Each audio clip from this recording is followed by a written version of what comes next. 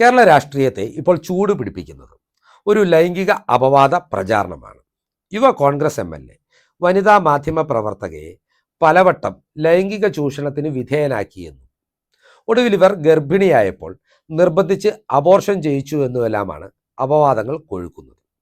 ഈ അപവാദ പ്രചാരണങ്ങളുടെ മുൻനിരയിൽ നിൽക്കുന്നത് ദേശാഭിമാനിയും ഇടതനുകൂല സൈബർ ഹാൻഡിലുകളുമാണ്.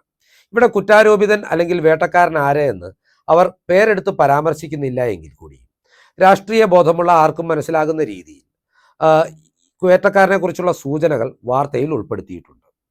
യുവജന സംഘടനയുടെ സംസ്ഥാന അധ്യക്ഷൻ, യുവ കോൺഗ്രസ് MLA, ചാനൽ ചർച്ചകളിലെ തീപ്പൊരി എന്നെല്ലാം പറയുമ്പോൾ ആരോപണമുന നീളുന്നത് രാഹുൽ മാങ്കൂട്ടത്തിൽ എന്ന പാലക്കാട് MLAയും യൂത്ത് കോൺഗ്രസ് സംസ്ഥാന അധ്യക്ഷനുമായ കോൺഗ്രസ് നേതാവിന് നേരെയാണ്.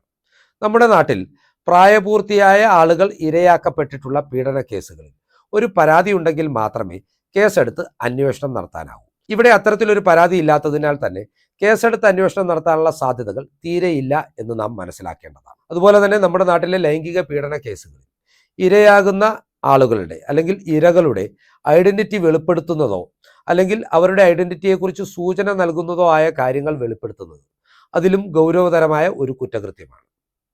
എന്നിട്ട് പോലും ഒരുപറ്റം വനിതാ മാധ്യമ പ്രവർത്തകരെ, പ്രത്യേകിച്ച് ഏഷ്യാനെറ്റ് ന്യൂസിലെ വനിതാ മാധ്യമ പ്രവർത്തകരെ ഇരയാണ് എന്ന സംശയ നിഴലിൽ നിർത്തുന്ന അപവാദ പ്രചരണമാണ് ഇപ്പോൾ കൊടുമ്പിരി കൊള്ളുന്നത്. ഇതിനെതിരെ ഏഷ്യാനെറ്റ് ന്യൂസ് തന്നെ ഔപചാരികമായി പരാതിയും നൽകിയിട്ടുണ്ട്.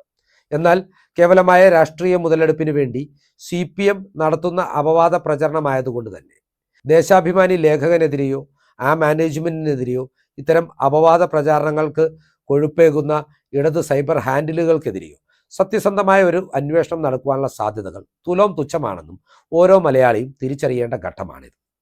കാരണം ഇതിനു മുമ്പും ഇത്തരം അനാശാസ്യകരമായ പ്രവർത്തനങ്ങൾ ഇവരുടെ ഭാഗത്തു നിന്നുണ്ടായിട്ടുണ്ട്. നിരവധി കോൺഗ്രസ് നേതാക്കളുടെ രാഷ്ട്രീയ ജീവിതവും രാഷ്ട്രീയ ഭാവിയും ഇതുമൂലം ഇല്ലായ്മ ചെയ്യപ്പെട്ടിട്ടുമുണ്ട്.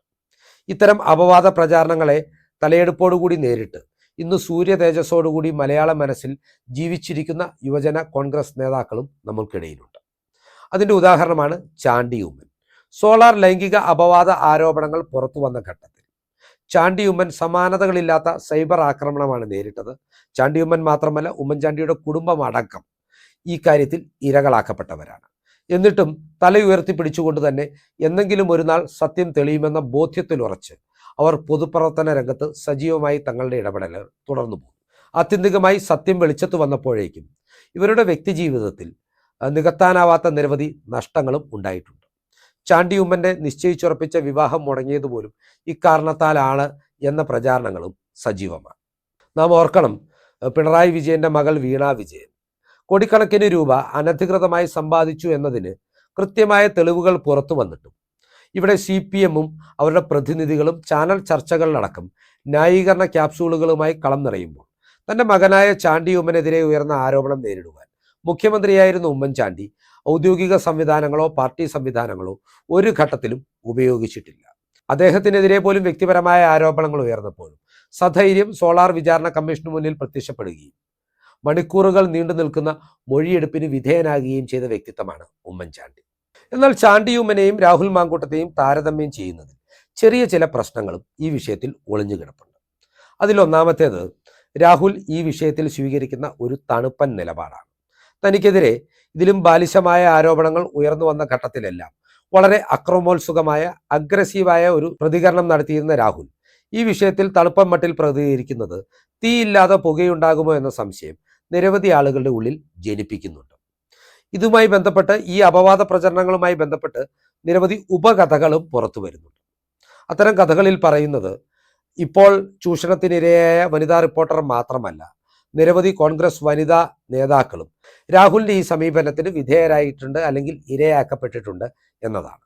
ഇതിനെക്കുറിച്ച് ഉന്നതരായ കോൺഗ്രസ് നേതാക്കൾക്ക് അറിവുണ്ടെന്നും ഈ അപവാദ പ്രചാരകർ പറഞ്ഞു വരുത്തുന്നുണ്ട്.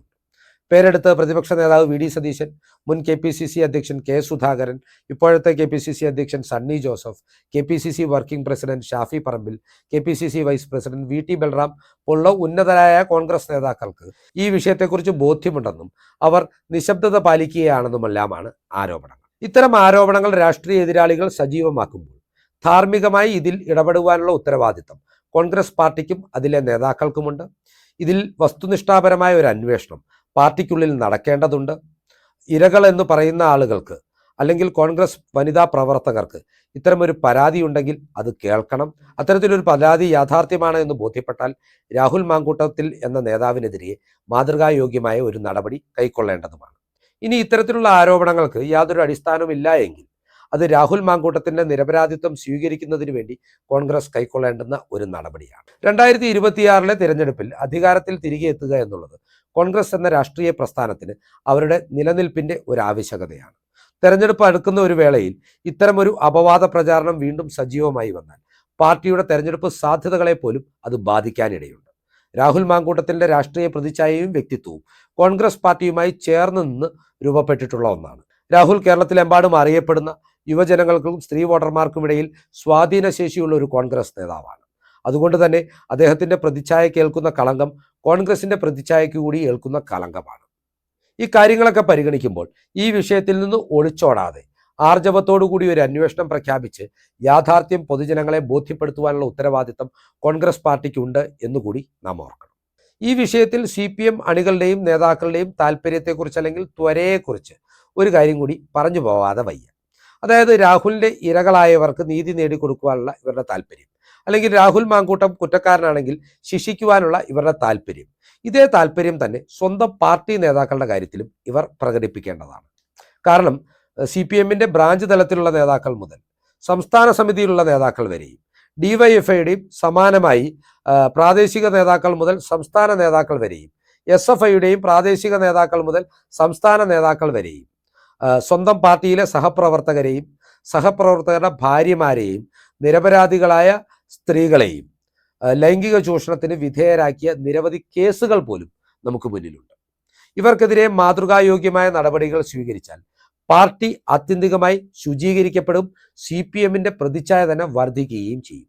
അതിനു പകരം എല്ലാ ഘട്ടത്തിലും കേസ് ഒതുക്കി തീർക്കുവാനും പാർട്ടിക്കുള്ളിൽ അന്വേഷണ കമ്മീഷനെ വെച്ച് തീവ്രത കുറഞ്ഞ പീഡനമെന്ന് സ്ഥാപിക്കുവാനുമാണ് CPM ശ്രമിച്ചിട്ടുള്ളത്. ഇത്തരം ആരോപണങ്ങൾക്ക് വിധേയരാകുന്ന രാഷ്ട്രീയ എതിരാളികളെ നേരിടുവാൻ ഇവർ കാണിക്കുന്ന ഉത്സാഹത്തിന്റെ അല്ലെങ്കിൽ ആർജവത്തിന്റെ പകുതിയെങ്കിലും സ്വന്തം നേതാക്കളെ നേരിടുന്ന കാര്യത്തിൽ ഇവർ കാണിച്ചിരുന്നുവെങ്കിൽ കേരളത്തിൽ CPM പീഡകരുടെ പാർട്ടിയായി ഇന്ന് അറിയപ്പെടില്ലായിരുന്നു. ഈ രാഷ്ട്രീയ യാഥാർത്ഥ്യങ്ങൾ നിങ്ങളുമായി പങ്കുവെച്ചുകൊണ്ട് ഈ വീഡിയോ ഇവിടെ അവസാനിപ്പിക്കുകയാണ്. കൂടുതൽ രാഷ്ട്രീയ വാർത്തകൾക്കും വിശകലനങ്ങൾക്കുമായി ഞങ്ങളുടെ ചാനൽ സബ്സ്ക്രൈബ് ചെയ്യുക. നന്ദി.